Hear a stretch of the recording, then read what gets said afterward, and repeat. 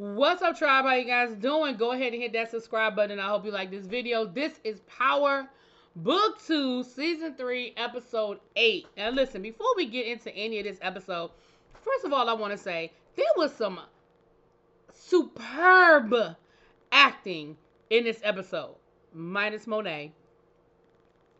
But like the last 15 minutes of this episode, baby, the acting, I mean, that scene with Kane where his whole face told the whole story, baby, this was some great acting.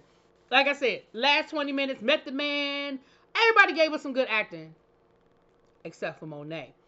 The other thing I want to talk about before we get into this episode is, how is Tariq the smartest mofo on this show? He's smarter than politicians. He's smarter than people that went to law school. He's smarter than billionaires. Like, I'm just trying to figure out how he's the smartest person in the room. Anyway, let's just get into this episode, child. Because this was a good episode. Now, this was a good episode, okay? So we start this episode off. We have Davis on the rooftop. We got Davis on the rooftop with Sax. And, of course, he's drinking his sorrows away because his brother won't see him. He went through all this to get his brother out of jail. And his brother basically is like, kiss my ass. While he's up there drunk, he gets the call from Monet telling him that Diana got scooped up. Sax is like, yo, you are too drunk. You can't show up to nobody's jailhouse looking and smelling like liquor. He was like, okay, you right. Go ahead. I'll take care of the arraignment tomorrow. You go ahead and you get her under control. Now, while this is going on, Tariq is calling Davis like, we need to talk. So Tariq rolls up on Davis and he lets him know, look, this ain't just Diana getting scooped up. They got a whole Rico situation going on. Davis is like, Rico? He was like, Rico. He was like, what do you mean? He said, look, Sax is your inside man. He's a snitch for the feds. And Sax is like, how you know this? He said, I got it from Lauren. She been alive this whole time. And as soon as he said, Lauren, you saw the whole thing, Sax is like, Davis was like, this dude been lying to me the whole time. Now, his immediate reaction was to go in his safe and get his gun because he was going to take care of Sax. But, smartest person in the room, Tariq tells him, bruh, calm down. You know we can't do that. Think smarter. Think smarter. So, while this is going on, of course they got Diana down to the police station, and they doing what they do. They trying to flip her, tell her that she, we know you're the good one, and we just want, basically we want Monet and Tariq. And she was like, well, which one you want? You want Monet or you want Tariq? And they were like, listen, this is a Rico. We want them both. And she was like, look, I don't know what to tell you. So while they're doing that, Tariq shows up down to Monet's house and let Monet know, look, this is a whole Rico situation, okay? This is not no 1 + 1 = 2, okay? We need to really get our ducks in a row. Kane says, listen, I'm going to run up to Stansfield and see what's going on up at Stansfield so we can figure out how deep this goes. He rolls up on Effie. Effie thinks he's there, to collect on him paying her tuition. And he tells her, look, I didn't pay your tuition for you to do nothing for me. And he was like, I'm sorry, I'm getting all tongue-tied. He was like, you don't know me like you think you know me. Her attitude was basically everybody wants something. Now, he goes through this whole thing of telling her, I didn't do it just to get in your pants. Yet, she reaches in for a kiss, and next thing you know, they having sex. Now, I got two things with this. First of all, if you wanted her to think that it was more than just about sex, you probably shouldn't have had sex with her. Number two, sir, your sister's in jail. Your sister, she's in jail. You don't think you might need to be out there trying to get some more information, figure some things out? I'm just saying. All right.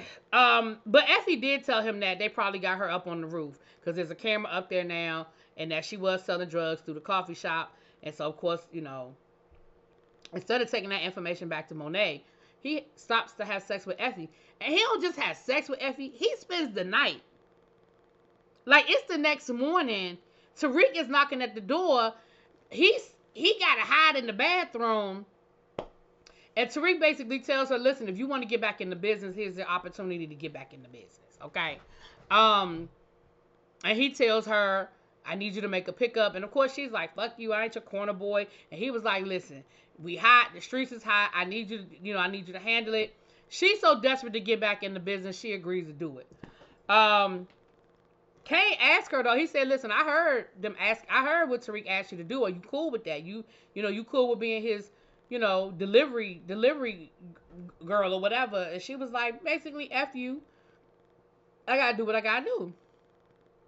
Now rewind the clock while this is going on. We have Sax down at the police precinct, and of course Jenny is telling him, you are stupid. Like, what are you doing? Like, you can't represent her and you're our snitch. Like, sir, that goes against everything. Davis makes his way down there. He got coffee. He trying to sober up. And he actually walks up on Sax and Jenny having a conversation in the hall about it. They go into the room to see Diana, and they're basically, he's trying to make sure that Diana doesn't say more than what she needs to say in front of Sax without tipping Sax off that he noticed that Sax is a snitch. He eventually ends up knocking the coffee. He knocked the coffee over so that it sort of fell into Sax's lap. Hot coffee. And he throws a note to Diana. The note says, push them towards Effie. Trust me. All right. So, of course, Diana got the note. And when she talks back to Blanca and Jenny, that's what she does. She tells Blanca and Jenny, hey, Effie's your girl. Effie's the one. And of course, they already know that Effie is connected to Lauren's, murder. So they already feel like, okay, can she connect the dots? And they're convinced that she can connect the dots, right? Now, while this is going on, the Castillos then went to visit Monet, and Monet tells them, listen, we hot right now. We got this pending RICO charge, but y'all are good. Nobody knows that we working together as of yet. So we just need, we're going to put a pause on everything right now. And the brothers are like, F that. We ain't putting a pause on nothing. And, Mama Castillo was like, listen, I said we putting a pause on it. We're going to do what we got to do. You calm down. You be respectful. Now, after they had this conversation, the mama rose up on Drew. She like, you talked to Gordo? Ain't nobody seen or heard from him. Now, what Drew should have said was, we had an argument a couple of days ago. I hadn't heard from him. Because the reality of the situation is, if y'all booed up, everybody in the world seems to know that y'all are having sex, okay? And if y'all are booed up and he's not picking up the call for his family, you need to give them a reason. At least buy you some time. But instead, he was like, no, everything's good. We're good. Sir, he said, no, I haven't talked to him in a couple of days. You ain't talked to your boo in a couple of days? And you're not worried about it? You're not thinking no kind of way? Y'all living this lifestyle that y'all living. Y'all just got out of a war with the Russians and you ain't worried about it? See, you was wrong from the jump. We're going to get back to Mr. Drew. But this right here, to me, you should have been like, we got into an argument. He not picking up my calls either. Because then the family might have been like, okay, he in his feelings. His little heart is broken. All right, we're going to give him a couple of days. You would have bought yourself some time. But neither here nor there. Drew was like, what? He called me. No, I haven't talked to him. Now, while this is going on, Kiki goes to visit Brayden because Brayden's ass didn't go to work. And she was like, listen, your uncle sent me down here to make sure that that you ain't calling the FCC. Like, are you good? And he was like, listen, y'all are running a whole Ponzi scheme up out that office. I need a minute to process that, okay? And she was like, sir, if you don't get your suit on and get your happy ass to work, Monet is calling and, trying to get her money, and we know that can't happen, okay? So get yourself together and get your ass to work and do what you got to do. Hello, chop chop. Now, Monet has been blowing Kane up because Kane just went MIA. Now, this what I don't understand, Monet. Do you have a GPS on your children's genitals? How do you always know who they sleeping with? She immediately jumped to Kane is sleeping with Effie. To be more specific, she called her scholarship pussy. But how you know? Like, of all the women he could have been with, how you honing in on Effie? Anyway, whatever. Monet know everything, child. So She's telling him about the Rico and about that whole situation, and they're arguing about who's smart and who's not smart, because of course we back at this Kane and Tariq situation where he's jealous of Tariq, how she always listens to Tariq and Tariq always got all the answers, you know, and she's back to basically calling him stupid and you just do what the hell I tell you to do kind of thing. Braden shows up for work. He runs into Tariq. Tariq is letting Braden know, look, we hot. They trying to get a Rico on us. The feds are on our ass. And Braden was like, oh, well, let me tell you about my day. Baby, this whole thing is a Ponzi scheme. Tariq was like, say what? He said, yeah, I just found out. This is a whole damn Ponzi scheme. Tariq said, my trust fund is here. Braden was like, I know. And to make it even worse, Monet won her money. So we got a whole problem in the whole situation. Now, what I don't understand is why Monet is so pressed for this money. And I'm going to tell you the reason why. I'm going to tell you why I'm confused by this. Number one, you're trying to legitimize this money. You're trying to invest it, to clean it, to take it out. That is a long-term situation. You don't just put the money in and take the money out 2 weeks later. That is not how this works. You invest it, make it look legit, and then you pull it out. That is a minute. 6 months to a year, tops. Second of all, I thought that's what she wanted when she did it. When she put the money in there, I thought that was her whole purpose, to legitimize the money. Okay? That's number two. Number three, you shouldn't need the money. Like, first of all, you don't even know what it's going to cost, if it's going to cost you anything to get Diana out of court. I mean, out of, to bail her out. And y'all shouldn't be that hard up for money. Like, you should have the bail money. That should be in your petty cash. The way the rest of y'all, like, Kane just paid Effie's whole damn tuition off. Like, that should be petty cash. She's a first-time offender. They really don't have nothing on her. Her bail couldn't have been that damn much. Okay? But whatever. So Monet actually rolls up on Uncle down to the golf course and lets the uncle know, listen, when I call, you answer. When I say I want my money, I get it. Do we understand each other? And of course he was like, damn, okay, well, we understand each other. So they decide, down to the Rico people, they decide that they're going to, the Effie is their target because Diana then pointed them in that direction. Saxe is vouching for it. Blanca finds out that Saxe got the information from Diana, and she was like, are you crazy? Like, that is attorney-client privilege. Like, you are violating your oath. And Jenny convinces her that they could still, it won't be fruit from the poisonous tree because we still would have been able to find a link. She's a part of it all. We still would have eventually gotten here, so we're good. Now, while this is going on, Drew is losing his mind. Why? Because his basketball player ex-boyfriend then came out and got a whole new white boyfriend and is living his best life. So Drew is like, you got to be kidding me. He is tearing up his room. Kane is like, okay, bruh, like, I mean, what you gonna do? So Drew said he about to go get drunk. Okay, he is about to go get drunk. Now, I'm going to just go on and finish this thing out. Drew is at the bar, drunk as hell, and the boyfriend and the ex-boyfriend are at the bar, and he approaches Drew. He said, hey, Drew, how you doing? I thought it was you, And Drew has a whole meltdown in the middle of the restaurant, and he proceeds to talk about how he had found somebody and that was perfect for him, and now it got all screwed up, and now he's gone, and he don't have nobody, and you're happy, and you got everybody. Of course, it goes viral.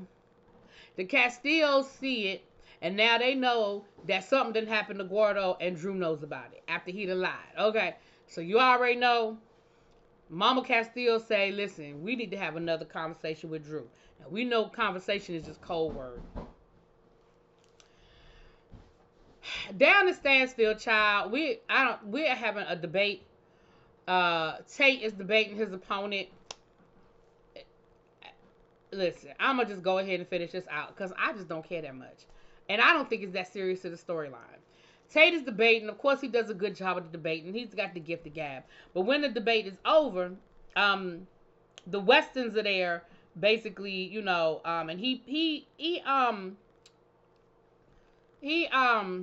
what's the word I'm looking for? Panders to them, about capitalism and all of this stuff.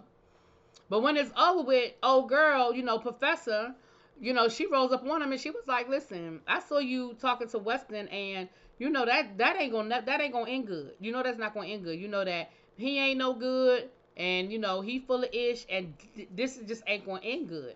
And he was like, "Listen, you right. I'll cancel my meeting with him. Don't worry about it. Once I get elected, I'm gonna do all the right things. We just gotta." He was like, "I gotta get the job first."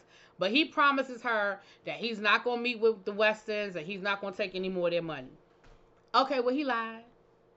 And she finds out later on that he did keep that meeting and that he lied to her. And he tried to talk his way out of it. He tried to, slide to the left, slide to the right kind of situation. But ultimately she was like, okay, and we're done. Like, I'm not going to be a party to this. I'm not going to be a part of this whole situation. And so you lied to me and you in bed with, the rich white boys, and we're done. So there's that. Boom, boom, boom. Down to Sax's office, or Davis's office. Davis's brother, Sax is talking to Davis about the case because Sax still thinks that, Davis doesn't know that he done totally flipped. And his brother shows up and he apologizes for saying he never wanted to see him again. And he says, "Listen, I went to the clinic. The treatments are going to work. Everything is all good." Well, Davis, he then confides in his brother that Sax is a snitch. And he was like, "Wait, and you let him walk out of here?" He was like, "Don't worry about it. I got it under control. But, just be, I can't let him know too much of my business." So after the debate, we see RJ having a conversation with Tariq. And Tariq lets him know, "Listen, this whole shit is a Ponzi scheme, so what we gonna do?" And he was like, "Okay, well, we're gonna go to the FCC tomorrow." He was like, No. Tariq said, "Hold up. No. If we go to the FCC, we never get our money." He said, "We need to come up with a better plan so that I can get my trust fund, you can get your investment back, and then they can go to jail. But until I get my money, no bam." So they come up with a plan. They basically are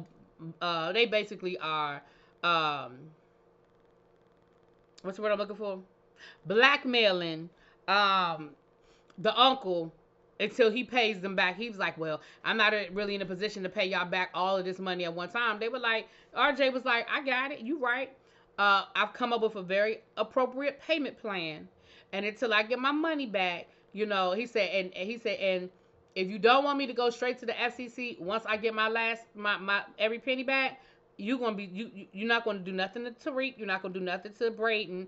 Everything is gonna be everything, and you're gonna pay me back in the increments. You're gonna keep running this Ponzi scheme till I get my money. And once I get my money, I'll be quiet as long as you continue to do right by these kids." Now, let's be clear. Once he has that leverage, baby, he gonna have that leverage. He'll be owning that damn Ponzi scheme, but that's another conversation for another day. Now, Effie is being followed by the police, right? They watch her pick up the boxes for the coffee cups, and they follow her to the warehouse where she's gonna drop the coffee cups off. That's when they roll up on her and they, handcuff her. They go into the warehouse. They see, a white powdery substance on the counter. They go to test it, and guess what it is? Sugar. It is sugar. It's not real. And they end up having to let her go. But of course, they know what it is, and she knows what it is. And she also knows now that she got set up. She knows that Tariq set her up. The fact that there was nothing in the warehouse, she left. And so she rolls up on Monet and them, and Tariq just happened to be there. And she says, "Listen, I know what you did, and I know why you did it. And honestly, if the situation had been reversed, I would have done it to any one of y'all." And so, Kane was like, "You sure? Like, you sure you good with this?" And she was like, "Yeah, we good. All right, this, we good." But I don't trust Effie at this point. Effie feels like, that they betrayed her, and I don't trust Effie. So, of course, now Jenny is pissed off, and she, tells Sax, like, "Your cover is blown. They know that you a snitch." Because there was no drugs in that warehouse, which means they set this whole thing up. And of course, at first, Sax was like, "I couldn't have been set up. Ain't nobody set me up. What are you talking about?" But then, of course, it sinks in. He said, "Well, shit, I'm a dead man walking." And Jenny says, "Well, listen, I put everything I had into this case. I got egg on my face at this point, and there's really nothing I can do for you. So I'm sorry, but bruh, you on your own. Sax was like, fuck you. And she was like, fuck you. And he was like, never again. And as he's walking to his car across this open ass parking lot, I said, somebody about to get him right now. He calls Tariq and he lets Tariq know, listen, bruh, I know you know, and you know that I know, but you also know that nothing better happen to me or it's not going to be a good look. He gets in the car. He ends up having, next thing you know, he got a gun to his head. Who's in the car? Baby brother. Dave, well, no, big brother. Davis's big brother. And he tells him, you go on and put that, hang that phone up. So, next thing you know, we see Tariq, letting Davis hear the message, and Davis was like, so what's going on? He said he probably left town. He know what's up. And Tariq was like, I don't know. And I don't know. This sounds really funny. Well, while they trying to figure out where Sax is, Davis gets a phone call from the clinic, and the clinic lets him know, look, your brother really isn't a good candidate, and there's really nothing we can do. So Sax realizes his brother's been lying to him. And of course, Tariq, the smartest person in the room, figured out, oh, well, your brother must be with Sax. And you have any idea where they might be? Of course, Davis knows exactly where they might be. Davis rushes down to the docks, down to the place where they, their favorite place to watch the planes take off and stuff. And of course, brother is there with Sax, and they're trying to tell him, don't shoot him. Like, we need him to stay alive. Like, this isn't a good look. If he comes up dead, it's going to blow back on us. And he was like, I got this. Don't worry about it, baby. Don't worry about it, baby, bro. I got it. And he lets him know, look, I'm dying. I got like a month to live. I'll handle this for you. Now, again, I don't know why he don't understand that it's not a good idea for Sax to come up dead after they just realized that he was the snitch. Not a good idea, but neither here nor there. Next thing you know, baby Sax got a bullet through the chest. And of course, Davis is yelling, no, oh my gosh, why you do that? Tariq is like, you gotta be kidding me, why you do that? Next thing you know, big bro was like, don't worry about it. He was like, give me the gun. I can keep you out of jail. Give me the gun. He was like, you ain't gotta worry about that. And he puts the gun in his mouth and he's gone. And of course, Davis is distraught. Tariq is pissed. And Sax is laying on the ground, presumably dead. I say presumably because, listen, we've been trying to get rid of Sax for 10 seasons, okay? We have been trying to get rid of Sax since since the original Power. I ain't convinced. I need to see him in the coffin, okay? While this is going on, Effie and Kane are getting it in her dorm room. I don't understand why everything happens in the dorm room. Kane, you got enough money to take that girl to a hotel, like a nice hotel. Y'all could be at a really nice hotel, but anyway, whatever. Y'all in that damn twin bed in her dorm room. Okay, well, y'all could be on a nice king-size bed at a nice hotel somewhere, whatever. She gets a knock on the door. I forgot what the lady said, but basically, she said something to get her to come to the door. And what ends up happening? Baby, they there to arrest her. They are there to arrest... Well, wait a minute, let me finish before that. They finally get Diana out of jail. Diana tell Monet that she want to leave. She want to get out of town. She want to transfer to Spelman, and she want Monet to pay for her lifestyle. She said, I know you can afford to do it. Monet was like, girl, if you don't get your ass in that car. Oh, that damn Monet and Diana, child. So, they arrested Effie. And Effie was like, you can't get me on no drug charges. You know that the warehouse was clean. Baby Jenny was like, oh, no, we ain't got you for no drug charges. She was like, well, then what you arrested me for? She was like, attempted murder. And next thing you know, Lauren rolls down the window. And Lauren was like, yep, that's the bitch that tried to kill me. Baby, the look on Effie. That's why I said this acting these last 15 minutes. The look on Effie's face, baby, she was like, you got to be kidding me. And then Kane comes walking out, and Kane sees it. And Kane don't say a word, but the look on his face went from what's going on to oh shit to you got to be kidding me. And that's how the episode ends, child. That was a good episode. I mean, that was a good episode. Y'all let me know what y'all think. Drop it in the comments. Peace.